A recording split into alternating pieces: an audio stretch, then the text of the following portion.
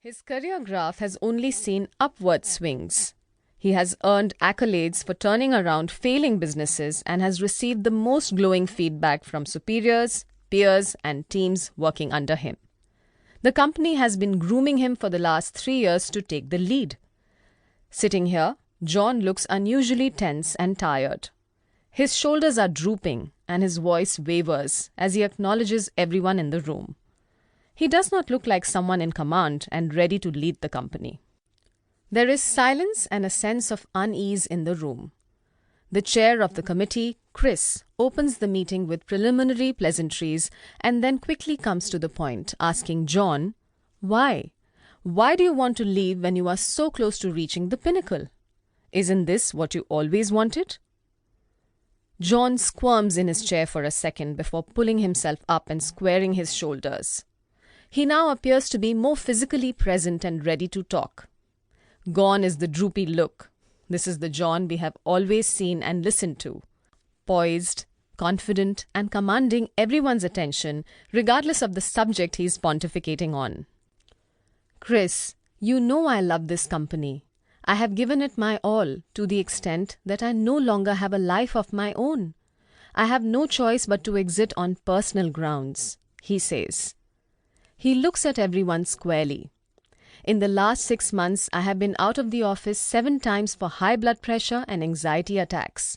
The doctor has asked me to take things slow before I end up with irreversible consequences.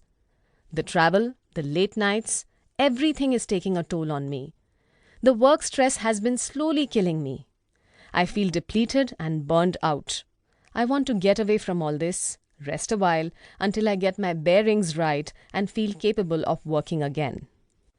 Chris and the others understand what he is saying. Everyone is privy to John's life, which hasn't been in the pink of health either physically or emotionally the last few months. On the personal front too, things don't look any better for him. There is talk going around about strains in his familial relationships. There isn't much else to talk about. I hear Chris ask, "Is there anything we can do to reverse your decision? Anything at all?" John smiles. "Unfortunately, no, Chris.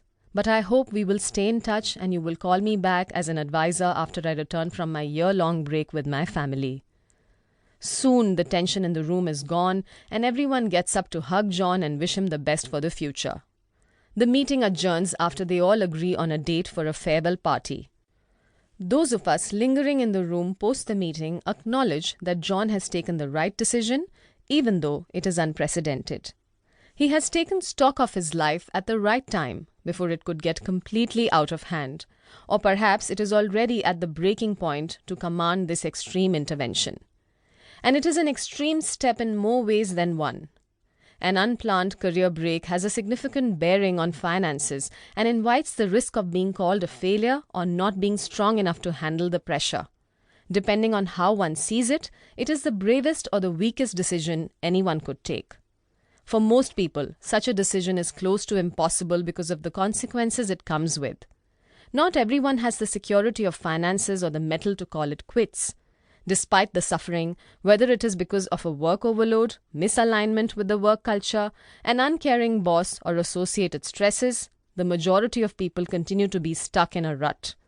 There is always the optimism and hope that things will get better one day or that this too shall pass. IG, a senior manager in the organization, is another case in point. IG has been in the company for over 18 years and is known to give his heart and soul to his work.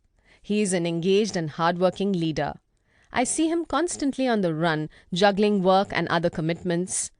Living in Asia and working closely with the organization's US office, his day begins early and ends in the wee hours the next day. If there is one person I think who is likely to soon follow in John's footsteps, it is IG. It wasn't too long ago that we had lunch together. It was on my insistence that he agreed to take 20 minutes off that afternoon. We hurriedly went to the cafeteria on the 2nd floor. When I casually asked how he was doing, he placidly stated, "I'm doing well. Too much work, too little time. Everyone is trying to do more with less." I nodded and he continued, "And then there are always those escalating expectations on deliverables. You know how it is," he concluded and dug into his meal.